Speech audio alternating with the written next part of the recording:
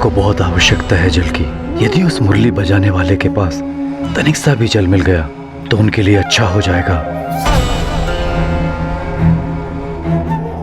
बालक, तुमने प्रथम प्रश्न का उत्तर तो अति उत्तम दिया है।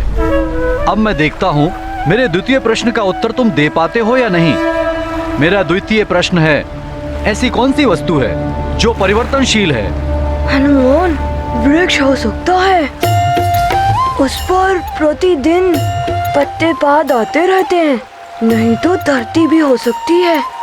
जैसे वो धरती पहले हरी भरी थी, अब मरुस्थल हो गई है। शीघ्र उत्तर दो हनुमान, वहाँ सब व्याकुलता से प्रतीक्षा कर रहे होंगे। अब तो तुम यहाँ उलझ चुके हो हनुमान। जितना विलंब, जितनी प्रतीक्षा, उतना ही अच्छा। समय, ऋषिवर, समय समय कभी एक सा नहीं रहता, नित्य परिवर्तित होता ही रहता है। जो समय आज है वो कल नहीं होता।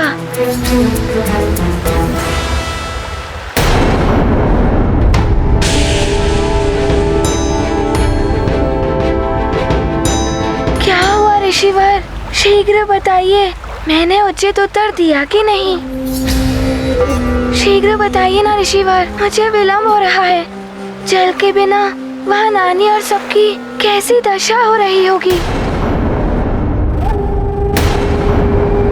कुछ धुंधला सा प्रतीत हो रहा है। वो समय ही है जो परिवर्तनशील रहता है और तुमने पूर्णतया उचित उत्तर दिया है। मैं ठीक ही कह रहा था। कोई है वहां, प्रतीत हो रहा है कुछ भैंसें हैं वहां पर, चरवाहा भी है। चरवाहे के पास जल अवश्य होगा।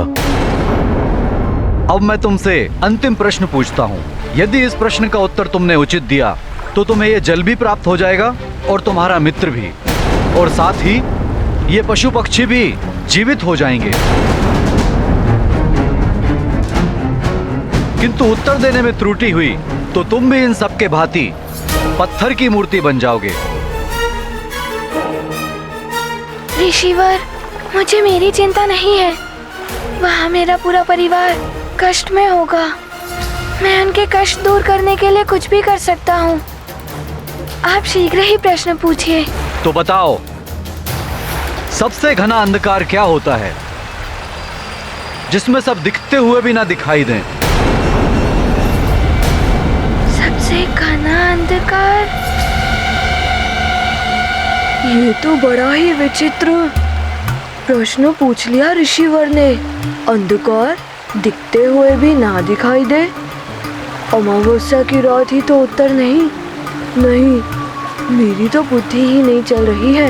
अब कहीं तुम मूर्ति न बन जाओ, बड़ा ही अनर्थ हो जाएगा। तुम उत्तर दोगे बालक?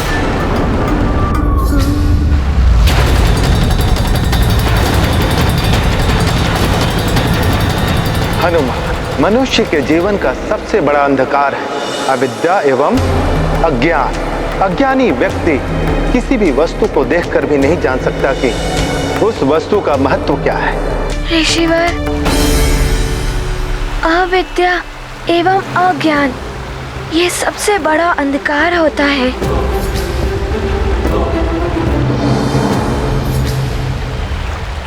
ऋषिवर, मैंने उचित उत्तर दिया ना?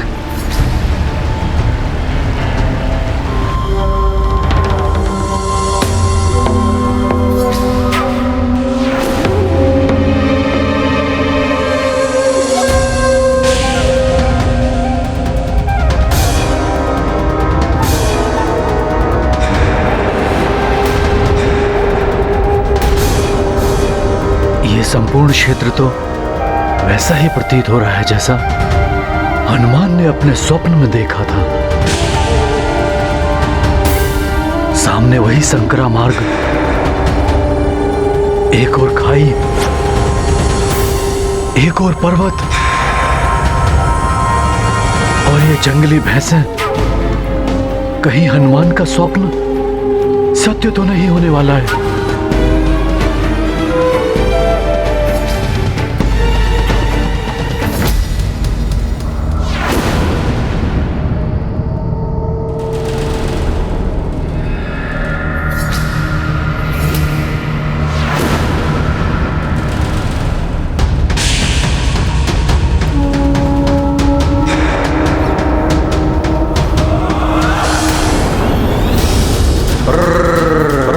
इसका अर्थ मेरी मृत्यु निश्चित है, जो भैंसों के रूप में मेरी ही ओर बढ़ रही है।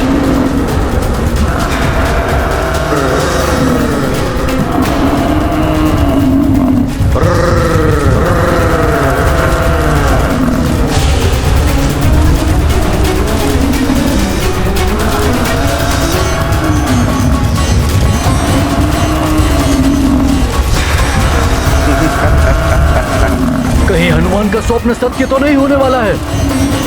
ऋषिवर, मुझे मेरे परिवार की चिंता हो रही है। शीघ्र बताइए ना, मेरा उत्तर उचित है ना? बालक, तुम्हारा उत्तर उचित है।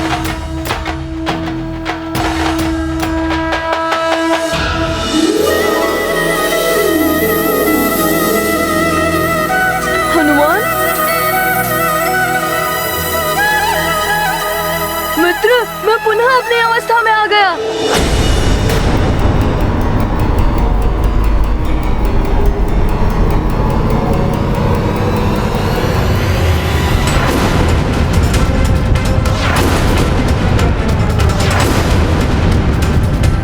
प्रणाम चित्रगुप्त जी।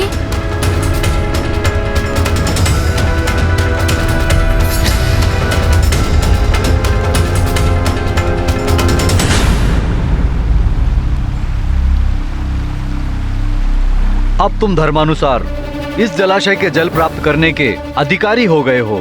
चित्रगुप्त जी, इसीलिए मुझे आपका स्वर परिचित सा लग रहा था। किंतु आप यहाँ क्या कर रहे हैं? आप तो यमलोक में प्राणियों के पाप पुण्य का लेखा जोखा करते हैं, फिर आप ये क्यों कर रहे हैं? हनुमान, पाप पुण्य के अनुसार दंड या पुरस्कार प्रदान करने में, सहायता करने में मेरा एवं समस्त अन्य देवताओं का भी कर्तव्य होता है। इसलिए मैं जो भी कर रहा था, मात्र कालदेव की आज्ञा का पालन ही कर रहा था। कालदेव की आज्ञा का पालन?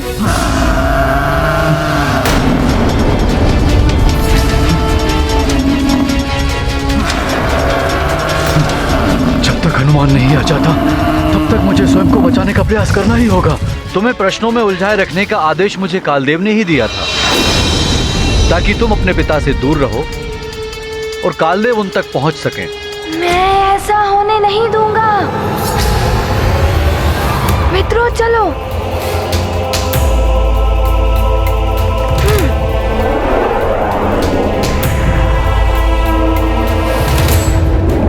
शीघ्र चलो।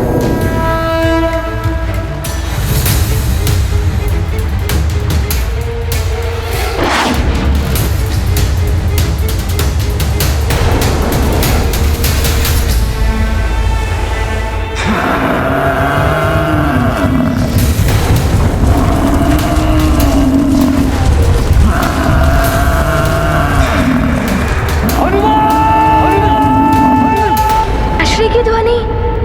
ये तो स्वामी की पुकार है।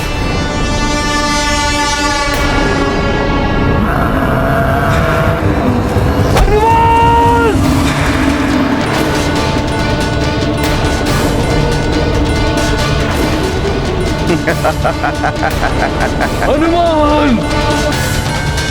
ये तो ठीक वैसा ही दृश्य है जैसा मैंने स्वप्न में देखा था। पिताश्री! हनुमान, देखता हूँ अब कैसे रक्षित करते हो अपने पिता को काल से। हनुमान, तुम कुछ नहीं कर पाओगे।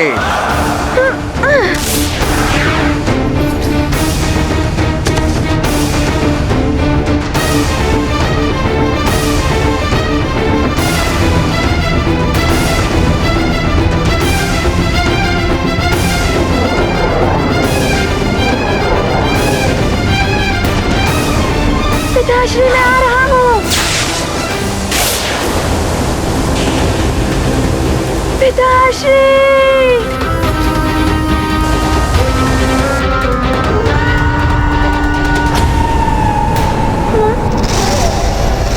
हनुमान!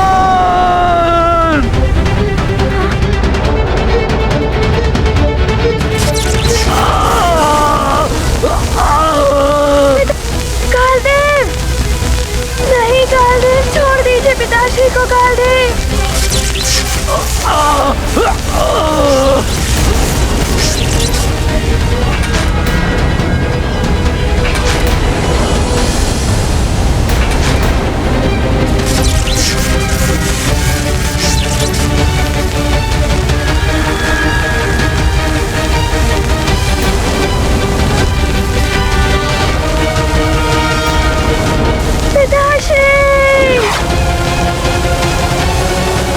काल के दंड से कोई नहीं बच सकता।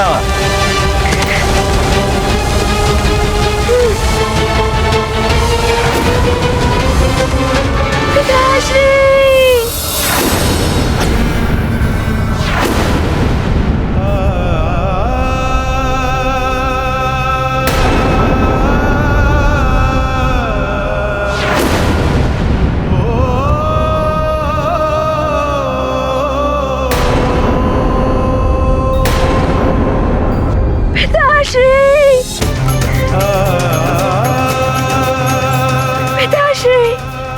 उठिए पिताश्री, उठिए पिताश्री, उठिए, आपका पुत्र हनुमान आ गया है।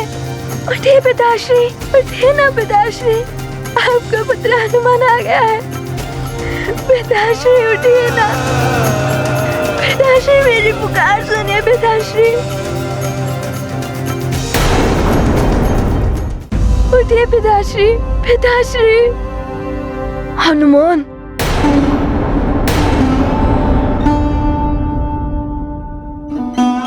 महाराज!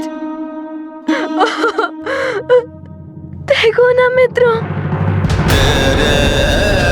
तुम्हारा स्वप्न सत्य हो गया हनुमान। नहीं नहीं, मेरा स्वप्न कभी सत्य नहीं होगा।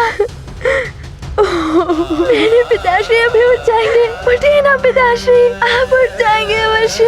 उठिए, मुझसे बात करिए।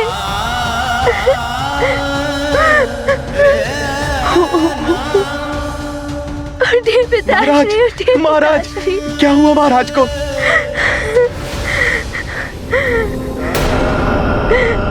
महाराज! ये तो अनर्थ हो गया युवराज। बहुत बड़ा अनर्थ हो गया। नहीं, पिताश्री को कुछ नहीं हुआ है। वो अभी उठेंगे, मुझसे बात करेंगे। उठिए पिताश्री, अपने नेत्र खोलिए। कालदेव, आप ऐसा नहीं कर सकते। मेरे पिताश्री को मुझसे नहीं छीन सकते कालदेव।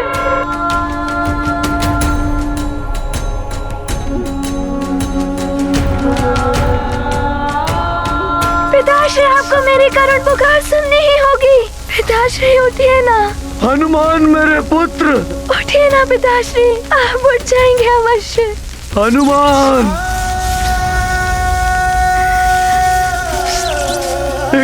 एक बालक को उसके पिता से दूर मत कीजिए। मुझे जाने दीजिए कालदेव। कालदेव, मेरा हनुमान रो रहा है। एक बालक को उसके पिता से दूर मत कीजिए। मुझे जाने दीजिए कालदेव। हनुमान! पिताश्री उठिए, पिताश्री। हनुमान मेरे पुत्र! अपने हनुमान से बात कीजिए पिताश्री, अपने हनुमान से बात कीजिए। केसरी, जब तक देह में प्राण होते हैं, संबंध तब तक ही होते हैं। आपके देह से आत्मा पृथक हो चुकी है। अब आपका उस संसार से या किसी भी प्राणी से कोई संबंध नहीं है। आत्मा हर मोह माया से परे होती है। आपके लिए भी उचित यही होगा कि मोह का त्याग कर दे, अन्यथा आप हर क्षण दुखी ही रहेंगे।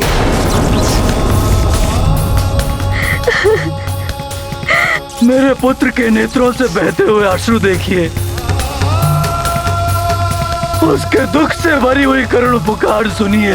पिताश्री, मेरी पुकार सुनिए पिताश्री। ये दृश्य देखकर चट्टान का हृदय भी द्रवित हो उठेगा।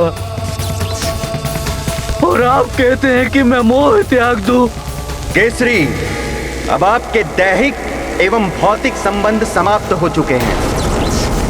अब आप ना तो किसी के पिता हैं, ना ही कोई आपका पुत्र। हनुमान, पिताश्री उठिए। हनुमान मेरे पुत्र। मेरे अपराध का दंड मेरे पिता को मिल रहा है। कालदेव, आप तो देवता हैं, आप ऐसा अनर्थ नहीं कर सकते। पिताश्री, आप अपने पुत्र को छोड़ के नहीं जा सकते। उठिए, गले लगा लीजिए पिताश्री मुझे। लौट आइए वापस पिताश्री।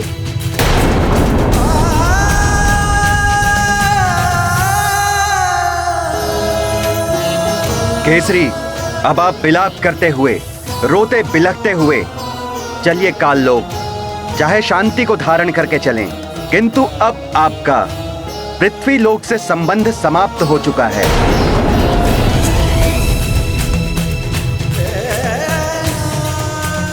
पुत्र हनुमान। कालदेव, क्या मेरा दंड इतना बड़ा था जो आपने मेरे पिताश्री के प्राण ही हर लिए? मैं मेरे पिताश्री के बिना नहीं रह पाऊंगा। पिताश्री उठिए, लौट आइए पिताश्री। पिताश्री, पिताश्री,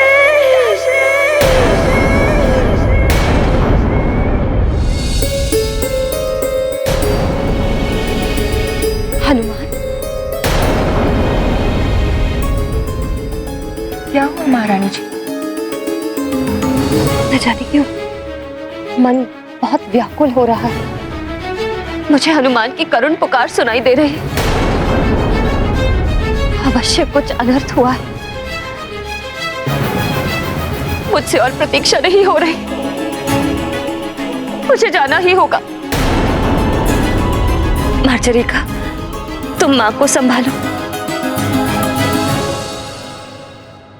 हाँ महारानी जी, आप जाइए। माँ की देखभाल मैं कर लूंगी। हनुमान,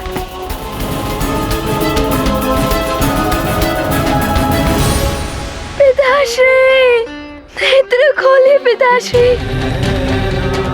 पिताश्री उठिए, लौट आइए पिताश्री, लौट आइए। हनुमान छोटा सा बालक है, आपके बिना नहीं रह पाएगा। लौट आइए पिताश्री, लौट आइए। कालदेव, मुझे छोड़ दे कालदेव। नहीं, मत ले जाइए मुझे। कालदेव, छोड़ दीजिए कालदेव। पिताश्री, कालदेव ने मुझे आपका भी अपराधी बना दिया है। मेरे कारण आपके प्राण छिन गए।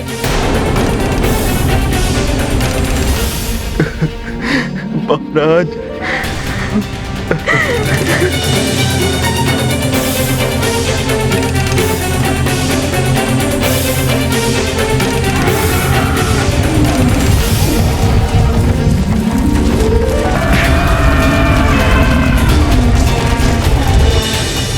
उस दुष्स्वप्न ने चेतावनी दे दी थी।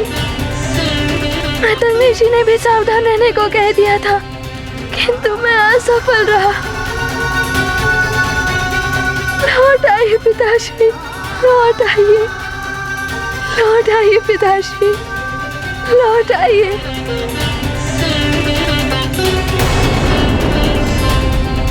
नेत्र खोलिए अपने पिताश्री, नेत्र खोलिए।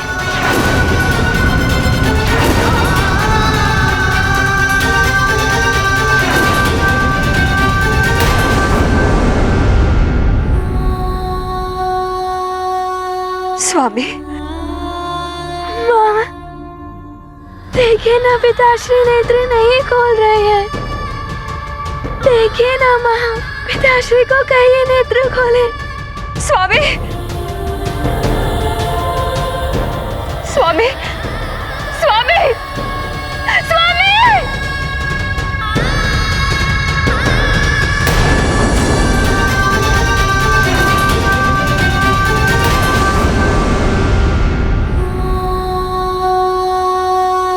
स्वामी, माँ, देखिए ना पिताश्री नेत्र नहीं खोल रहे हैं।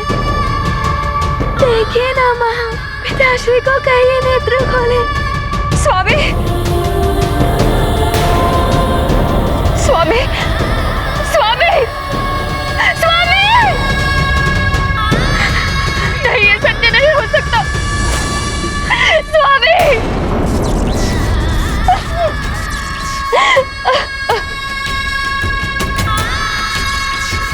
अंजना, अंजना, मैं काल के वश में विवश हो गया हूँ। अंजना, बस बंद कीजिए अब यह अश्रुधारा। अश्रु बहाने दीजिए हनुमान को। उसे भी तो आभास होना चाहिए कि क्या होता है काल के नियमों का उल्लंघन करने का दंड। नियम है तो यम है।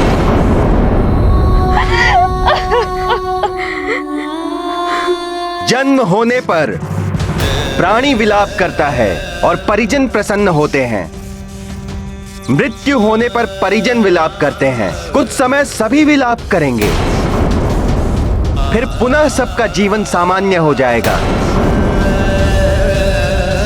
यही संसार का नियम है केसरी। अब आपके परिवार से आपके सारे संबंध समाप्त हो चुके हैं। जन्मों के संबंध होते हैं कालदेव। अभी तो मैं कुछ भी नहीं कर पाया हूं अपने परिवार के लिए, समाज के लिए और इस समस्त संसार के लिए मुझे बहुत कुछ करना है कालदेव, बहुत कुछ। मुझे कुछ जीवन दान और दे दीजिए कालदेव। जितना आपके पास समय था उसके अनुसार आप जितना कर सकते थे आप कर चुके हैं। अब अपने पुत्र को भी करने दीजिए कुछ।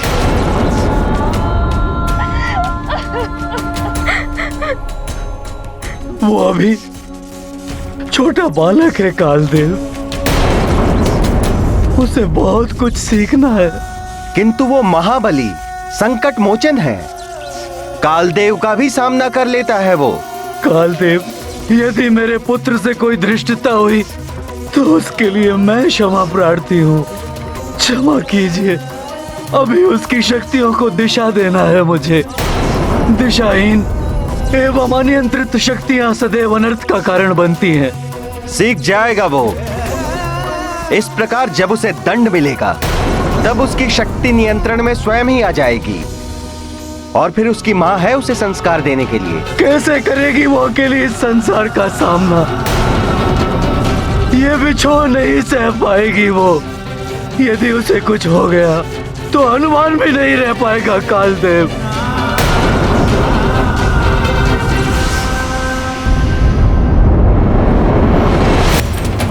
ये क्या हो रहा है देवेश्वर?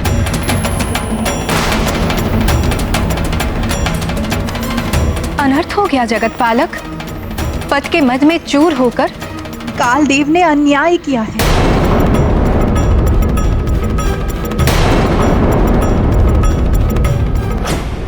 क्या हुआ?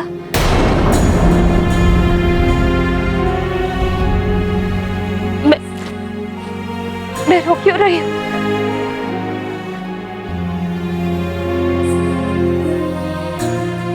स्वामी अभी उठेंगे। कुछ नहीं हुआ मेरे स्वामी को। हनुमान, मेरे लाल,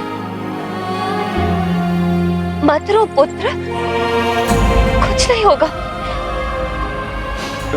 तुम सब विलाप मत करो।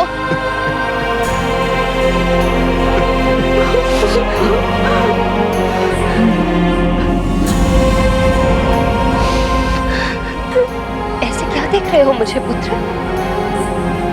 तुम्हारे पिताश्री तुमसे बहुत प्रेम करते हैं। तुम उठाओ अपने पिताश्री को। मेरी मृत्यु ना हनुमान सहन कर पाएगा ना अंजना। मेरे परिवार पर दया कीजिए कालदेव, दया कीजिए कालदेव। छोटा सा परिवार है मेरा कालदेव।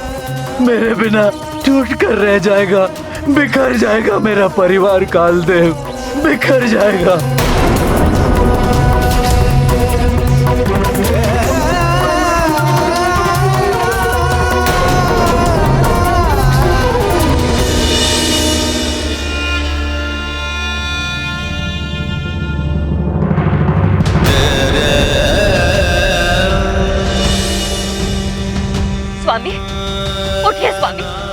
उठिए स्वामी, उठिए। अंजना, कैसी विचित्र सी हो गई है मेरी अंजना। मेरे बिना नहीं जी पाएगी वो।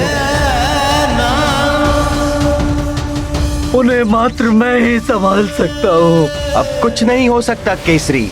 अब आप उनकी चिंता छोड़ दीजिए। अब अगले 11 दिनों तक, जब तक विधि पूर्वक आपका श्राद्ध ना हो जाए, आपको प्रेत लोक में निवास करना होगा। नहीं कालदेव,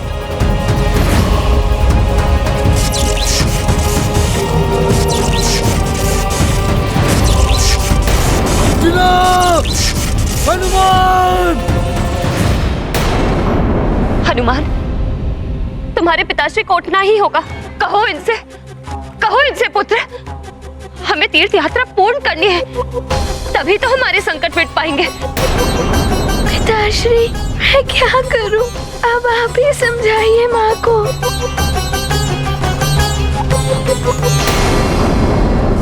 अंजना, हनुमान!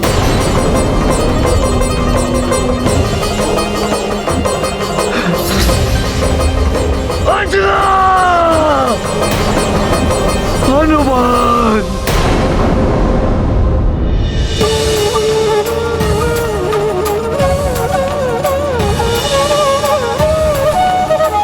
आपके पाँव में इतने सारे छाले पड़ गए। जिसका तुम्हारे जैसा पुत्र हो उसे कुछ नहीं हो सकता पुत्र हनुमान। पिताश्री, पिताश्री, नेत्र खोलिए। देखिए माँ की क्या दशा हो रही है। स्वामी! पिताहीन व्याकुल हनुमान, व्यथित बचा नहीं पाए प्राण। शोकित विल पै मातु अंजना, कर नहीं पाई स्वामी रक्षणा। परम दुखी सब सोचे मन में, राजा मरण दूरिक वन में। शोक शोक अति शोक प्रसारा, बाल मारुति पाए न पारा। ये गाथा महाबली हनुमत की, रुचिकर लीला राम भगत की। जय जय जय रघुनंदन राम, जय जय जय महाबली हनुमान।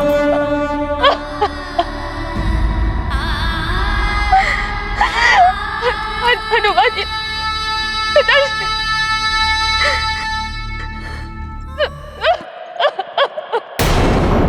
नेत्र खोलिए ना पिताश्री।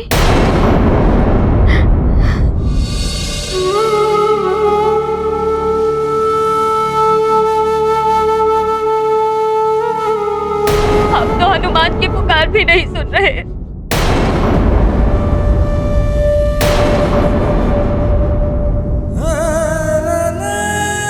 केसरी जी,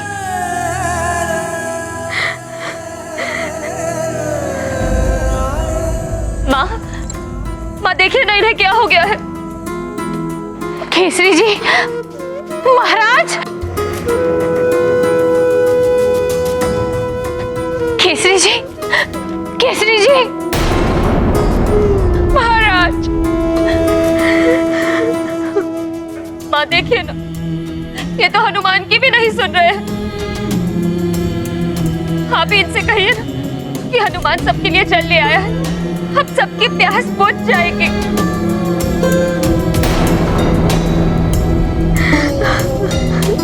अंजना, ये सब मेरे कारण हुआ है, कुछ नहीं हुआ है। अभी उठेंगे स्वामी, तीर्थ यात्रा पूर्ण करनी है, अधूरी छोड़कर ये नहीं जा सकते।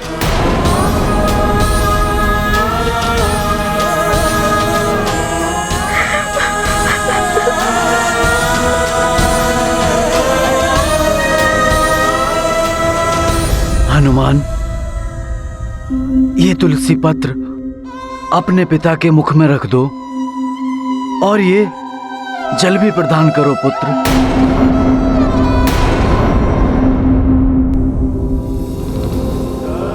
इस तुलसी पत्र से इन्हें मोक्ष की प्राप्ति होगी और मृत आत्मा को भगवान विष्णु के वैकुंठ लोक की प्राप्ति का अधिकार मिल जाएगा। नहीं, मृत आत्मा मत कहिए। मेरे स्वामी अभी उठ जाएंगे, उठ जाएंगे स्वामी।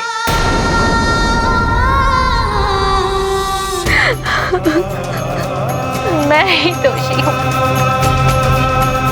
ना मुझे प्यास लगी, ना ही हनुमान केसरी जी को छोड़कर दूर जाता।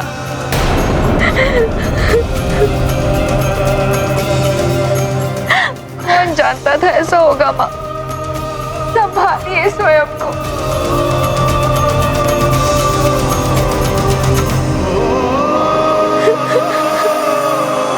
बड़ी अभागिन हूँ मैं, मेरे ही कारण मेरी पुत्री का।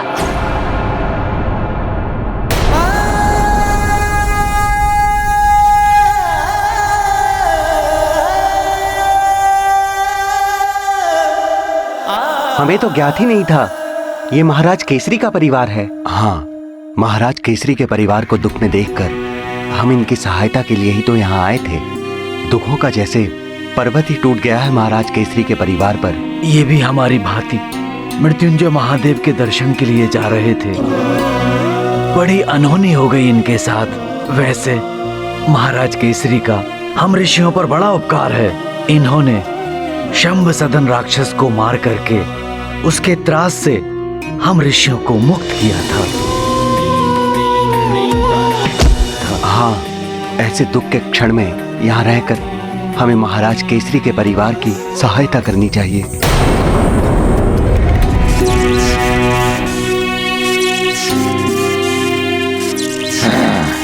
चलिए। अंजना, हनुमान,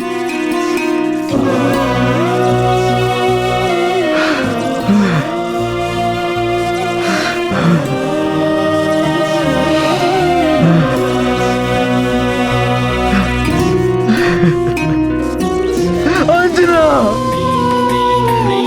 हनुमान।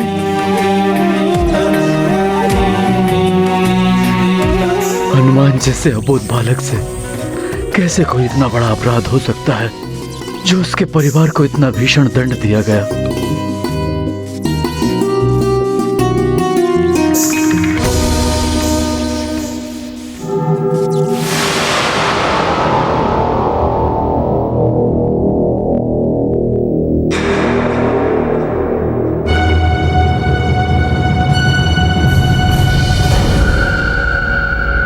सुमेरु के भूतपूर्व भूपति केसरी, मैं प्रेतराज आपका स्वागत करता हूं इस प्रेतलोक में।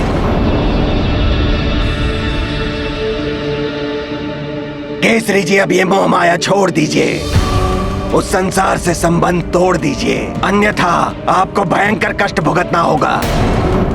यदि आप इस लोक में दुखी होंगे तो आपका परिवार भी उस लोक में उतना ही दुखी होगा।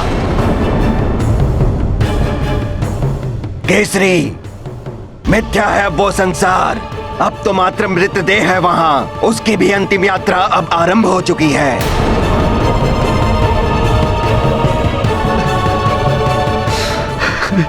गुरुजी, अंतिम संस्कार की सभी व्यवस्था हो चुकी है, समस्त सामग्री भी आ चुकी है, आसपास के राज्यों से भी लोग आ रहे हैं महाराज केसरी को अंतिम विदाई देने के लिए। हाँ, मैं महाराज केसरी के परिवार वालों को सूचित करता हूँ कि वो अंतिम संस्कार की विधि को संपन्न करें। जी गुरुजी। सारा दिन बीत गया स्वामी, अब तो उठ जाइए, अन्यथा हम कार्तिक के अंतिम सोमवार तक मार्कंडेय तीर्थ नहीं पहुंच पाएंगे। ध्यान रखना पुत्र, कार्तिक मास के अंतिम सोमवार को तुम्हें वहां पहुंचना होगा।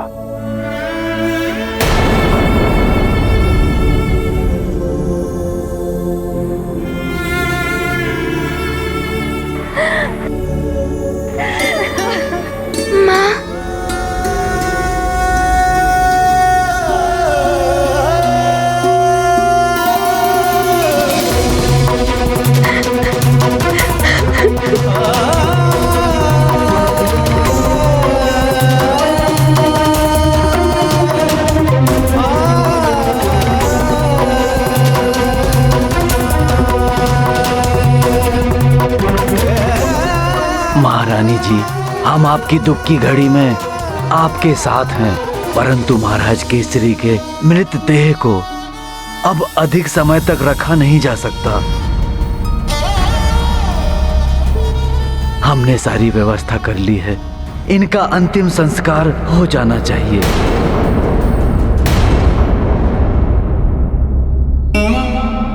नहीं ऋषिवर, नहीं।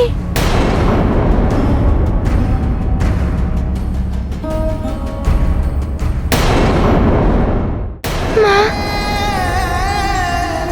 ना मैं पिताश्री को तीर्थ यात्रा पर जाने के लिए कहता और ना ही ये सब होता। कैसा संकट मोचन हूँ मैं। मेरे ये पुत्र का जीवन व्यर्थ है जो अपने ही पिताश्री को संकट से नहीं बचा पाया।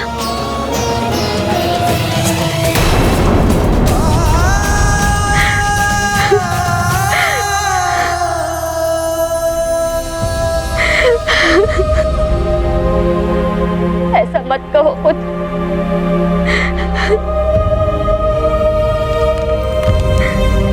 इसमें तुम्हारा कोई दोष नहीं पुत्र। ये मुरली की धुन, न जाने इस मरुथल में मुरली बजाने वाला कौन आ गया। उस पर्वत की ओर सुनाई दे रही है मुझे मुरली की धुन। किसी ने मुरली बजाई। वो कोई रहस्यमय मुरली की धुन। उसी को सुनकर तुम्हारे पिताश्री दौड़े दौड़े चले गए। मुरली की धुन रहस्यमय सी। मेरे स्वामी अभी लौट कर आएंगे।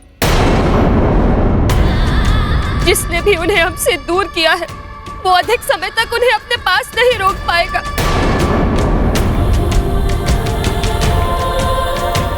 हमारा प्रेम उन्हें हमारा प्रेम उन्हें हमारा प्रेम उन्हें ये तो पूर्णतया अन्याय किया है कालदेव ने। हनुमान या केसरी जी को ही नहीं, अंजना के लिए भी दंड हो गया है ये तो। अपने नियम में कालदेव कठोर हैं, किंतु वे आपके विधान में हस्तक्षेप कर रहे हैं। आपकी दी हुई सांसें कैसे छीन सकते हैं वे केसरी जी से। महारानी जी, जो सत्य है उसे हम सबको स्वीकार करना ही पड़ेगा। अब अधिक देर तक हम इनके मृत शरीर को नहीं रख सकते। सारा दिन निकल चुका है। अब यदि इनका अंतिम संस्कार नहीं किया गया तो इनकी आत्मा को बड़ा कष्ट होगा।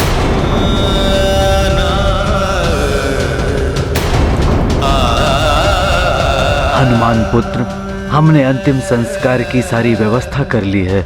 अब आपको अंत विधि पूरी करनी है।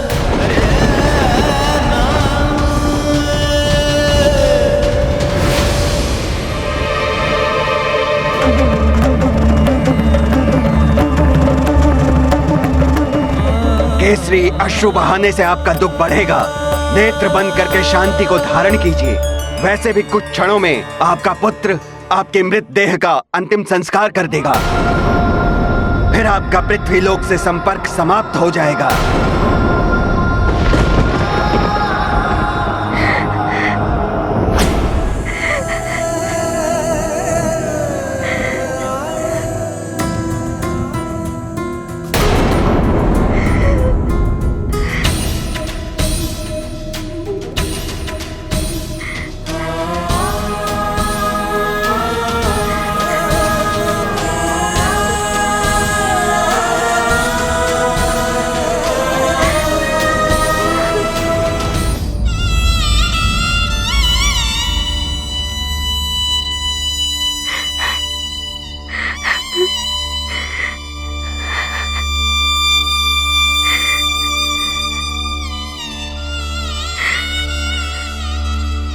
पुत्र हनुमान, ये पवित्र गंगा जल आप अपने मृतक पिता के शरीर पर छिड़किए।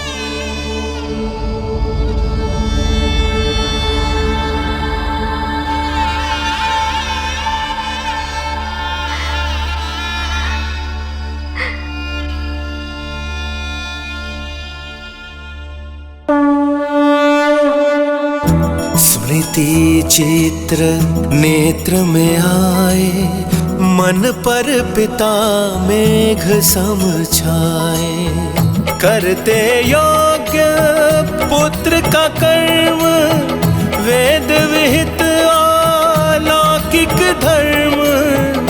आंसू से भर आई अंजलि, यही तात अर्पित श्रद्धांजलि। ये गाथा महाबली हनुमत की, रुचिकर लीला राम भगत की। जय जय जय रघुनंदन राम, जय जय जय महाबली हनुमान।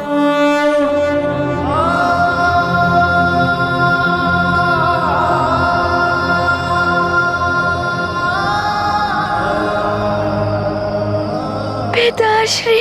महारानी जी, आप लोगों को इस प्रकार तड़पता देखकर महाराज केसरी की आत्मा को कष्ट हो रहा होगा।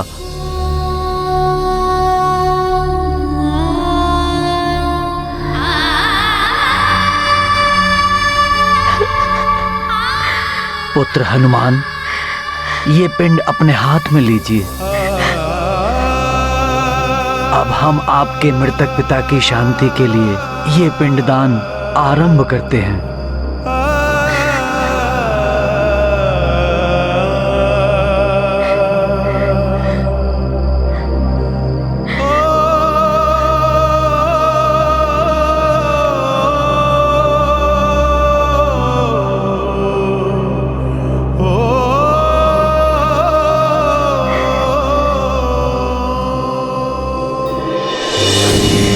रुक जाइए, रुक जाइए।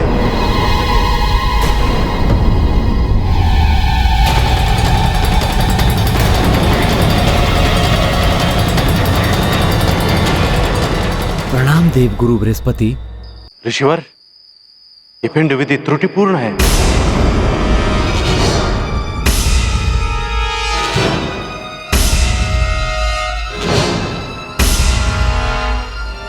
चावल का नहीं, काले तिल मधु के साथ पिंड देना होगा आपको।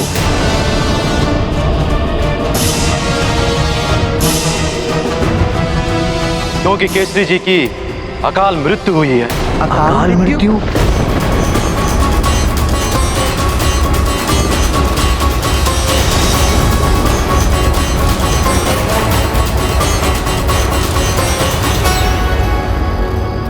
अकाल मृत्यु? हाँ, क्रियाक्रम अकाल मृत्यु के द्वारा ही करना उचित होगा।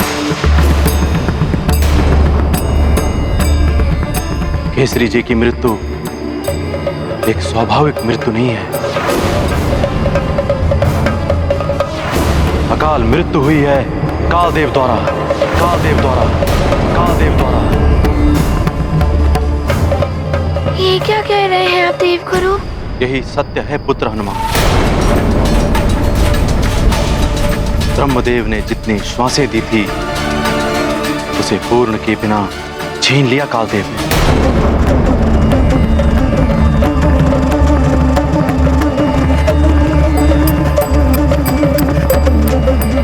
ये तो अन्याय हुआ है स्वामी के साथ। आप तो देव गुरु हैं। आपके कुल के दीपक को असमय बुझा दिया कालदेव ने, और आपने उन्हें रोका तक नहीं। क्यों किया ऐसा कालदेव ने? पुत्री अंजना, हनुमान ने संसार की रक्षा करने के लिए काल चक्र को विपरीत दिशा में प्रचालित कर दिया।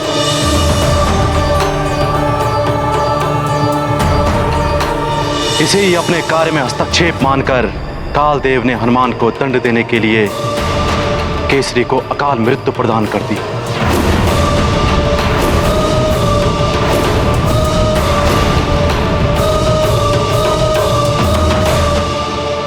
ये तो अन्याय है। मेरे पिताश्री ने कौन सा अपराध किया है? वो मुझे दंड देते, किंतु वो पिताश्री को इस प्रकार दंड नहीं दे सकते। किंतु हनुमान, अब कुछ नहीं किया जा सकता। कालदेव का निर्णय अटल है, उसे मैं भी परिवर्तित नहीं कर सकता हूँ। नहीं गुरुदेव, कर्म भाग्य को बदल देता है। जैसे कालदेव को भी अपने निर्णय को तपस्वी महाराज मार्कंडेय जी के लिए बदलना पड़ा था। मैं भी यमलोक जाकर अपने पिताश्री का जीवन वापस लाऊंगा।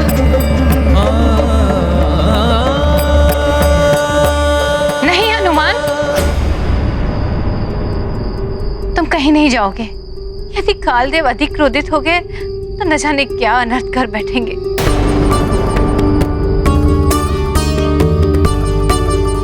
अन्याय करना ही नहीं, अन्याय सहना भी अधर्म होता है। मैं ये अन्याय नहीं सहूंगा। कालदेव को मेरे पिताश्री का जीवन लौटाना ही होगा। जो तुम करना चाहते हो वो असंभव है हनुमान। कालदेव इसे पुनः अपने कार्य में हस्तक्षेप मान बैठेंगे। तुम्हें वहां नहीं जाना चाहिए।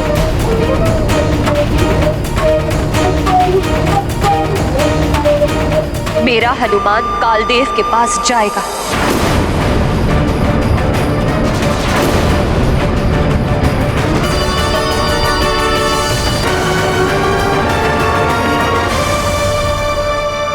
माँ, आपको मुझ पर विश्वास तो है ना? हाँ पुत्र, मेरे विश्वास और तुम्हारे पितृ भक्ति की शक्ति कालदेव से तुम्हारे पिताश्री के प्राण वापस लेकर आएगी। माँ, आपने ही कहा था ना, जिस पुत्र के साथ अपने माता पिता का आशीर्वाद हो वो कभी असफल नहीं होता। आपका विश्वास ही मेरी विजय का आधार होगा। हाँ पुत्र, अपने पिताश्री के प्राण वापस लेकर ही आना। ऐसा ही होगा माँ।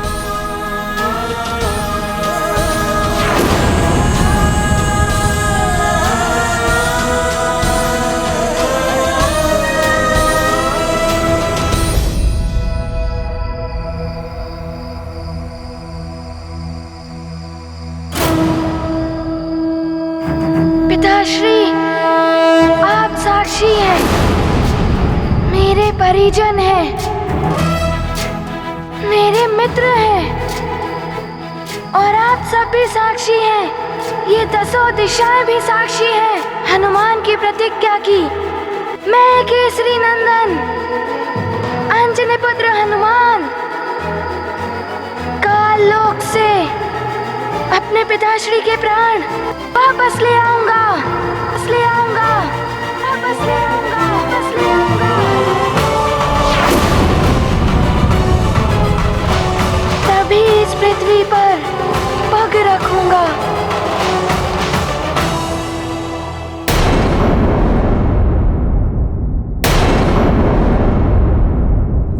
निराशा पतन का द्वार है और आशा उत्थान का सोपान। इसीलिए मनुष्य को आशा कभी नहीं छोड़नी चाहिए। स्वयं के प्रति हुए अन्याय का बोध होने पर न्याय के लिए उठ खड़े होना चाहिए। परिस्थिति का सामना दृढ़ता के साथ करना चाहिए। परिणाम की चिंता ना करते हुए मनुष्य को सत्य और न्याय के लिए एक योद्धा की भांति प्रयास करना चाहिए। माँ, मैं प्रतिज्ञा पूर्ण करके ही लौटूंगा। माँ, मुझे आज्ञा एवं आशीर्वाद दे। हनुमत लेते महाघोर प्रण, लौटाएंगे पिता का जीवन। जाएंगे वे काल लोक अब, आकुलता है होगा क्या अब। माता को बहुधीर बंधाते, भांति भांति उनको समझाते। पाकर आज्ञा ओ आशीष, उड़े काल गति व्यथित कपीश। ये गाथा महाबली हनुमत की, रुचिकर लीला राम भगत की। जय जय जय रघुनंदन राम, जय जय जय महाबली हनुमान। प्रणाम देवगुरु। असंभव, फिर भी मेरा आशीर्वाद तुम्हारे साथ है पुत्र। सफल मनोरथ भव। तुम्हारे पास केवल 11 दिवस ही शेष है।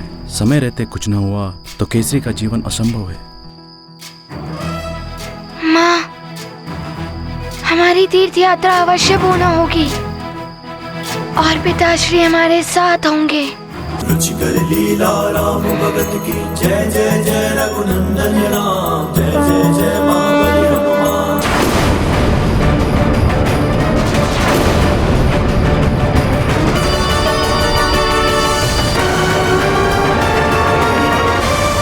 हनुमान, तुम्हारे पिता अब कभी नहीं होंगे तुम्हारे साथ। तुम्हारे लौट कर आने से पहले ही केसरी की देह चिता में भस्म हो चुकी होगी।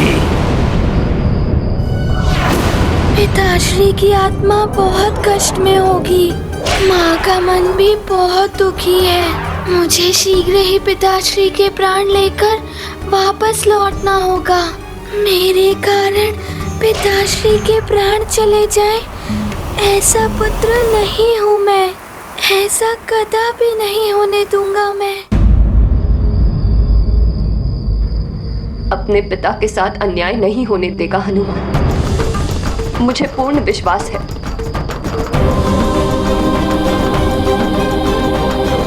मेरे स्वामी की देह का अंतिम संस्कार नहीं होगा। हनुमान इनके प्राण वापस लेकर ही आएगा। जब तक हनुमान मेरे स्वामी के प्राण लेकर नहीं लौटता, मैं ऐसे ही इनके पास बैठी रहूंगी। अंजना, इस प्रकार पुत्र केसरी की देह को अधिक समय तक सुरक्षित नहीं रखा जा सकता। मैं इनकी देह की सुरक्षा की व्यवस्था कराता हूँ। तुम शांत मन से हनुमान के लौटने की प्रतीक्षा करो। सैनिकों, जब तक हनुमान लौटकर वापस नहीं आता, तब तक पुत्र केसरी की देह पर जड़ी बूटी का लेप लगाकर एक तेल से भरी द्रोणी में सुरक्षित रखने की व्यवस्था करो। सुरक्षित नहीं रख पाओगे तुम। वाशकली के राज्य में वाशकली के शत्रु इस केसरी को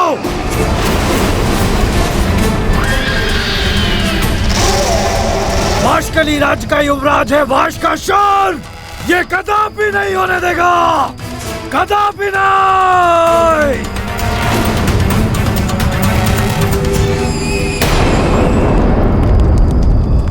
मैं सत्य कह रहा हूँ काका महाराज वाशकली।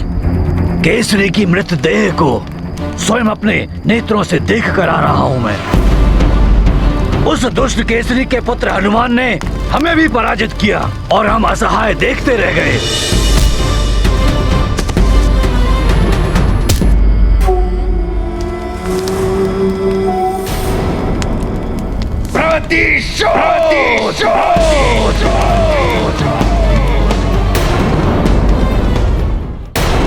वर्षों से केसरी के विरुद्ध प्रतिशोध की चिंगारी भड़क उठी थी मेरे हृदय में, किंतु मेरे मृत्युदंड से पूर्व वो मर गया। अब इस प्रतिशोध की ज्वाला को कैसे शांत करूं? प्रतिशोध तो हम अब भी ले सकते हैं। प्रतिशोध अब कैसा? मृत्यु हो चुकी है उसकी। उस केसरी की देह को नष्ट करके।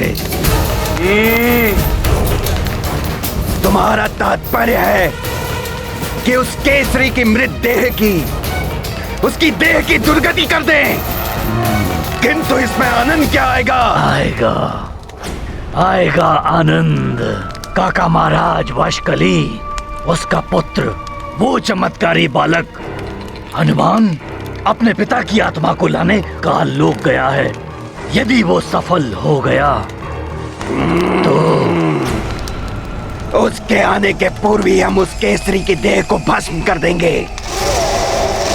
अब ना रहेगा बांस और ना बजेगी बांसुरी।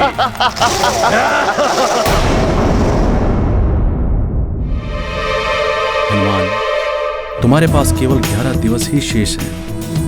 समय रहते कुछ ना हुआ तो केसरी का जीवन असंभव है। उनकी आत्मा को दूसरा जीवन मिल जाएगा। मेरा निश्चय भी मार्कंडेय जी की भांति अडिग रहेगा। हे भोले बाबा, मेरा मनोरथ सफल करने में मेरी सहायता कीजिएगा प्रभु। वो देखो हनुमान। महाराज कालदेव ने हनुमान के प्रवेश पे निषेध लगाया है। इन द्वारपालों के हाव भाव से तो प्रतीत होता है कि ये मुझे भीतर नहीं जाने देंगे। मुझे इनसे युद्ध किए बिना ही भीतर जाना होगा। मेरी तीव्र गति मुझे प्रवेश दिलाएगी काल लोक में।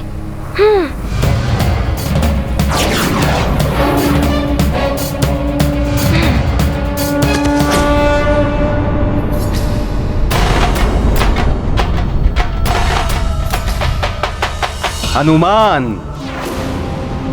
प्रतीत होता है कि काल का दंड तुम्हें कम लग रहा है, इसीलिए काल लोक में आने का दुस्साहस कर बैठे हो तुम।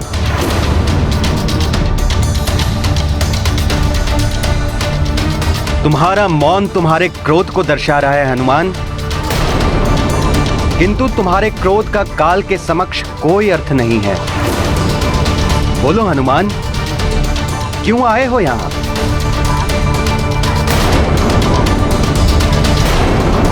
प्रणाम कालदेव। मैं यहाँ पिताश्री के प्राण वापस लेने आया हूँ।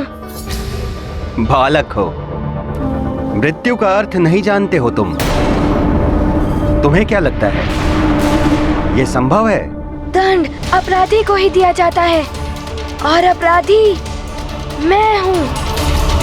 मेरे पिताश्री ने तो कोई अपराध नहीं किया था, फिर पिताश्री को कैसे दंड दे सकते हैं आप? तुम्हारे पिता की मृत्यु ही तुम्हारे लिए सबसे बड़ा दंड है हनुमान। किंतु यह अन्याय है कालदेव, ऐसा मत करिए। पिताश्री के प्राण वापस लौटा दीजिए। तुम्हारे परिवार को दुख पहुंचा है, इसलिए तुम मुझ पर अन्याय का आरोप लगा रहे हो हनुमान। मैंने जो भी किया है अपने अधिकार क्षेत्र में रहकर ही किया है। किंतु कालदेव, नियम है तो यम है। जितने कठोर नियम, दंड भी उतना ही भीषण। तुमने काल के कार्य में हस्तक्षेप किया है। मैंने अधिकार का प्रयोग करते हुए तुम्हारे पिता को अकाल मृत्यु दे दी।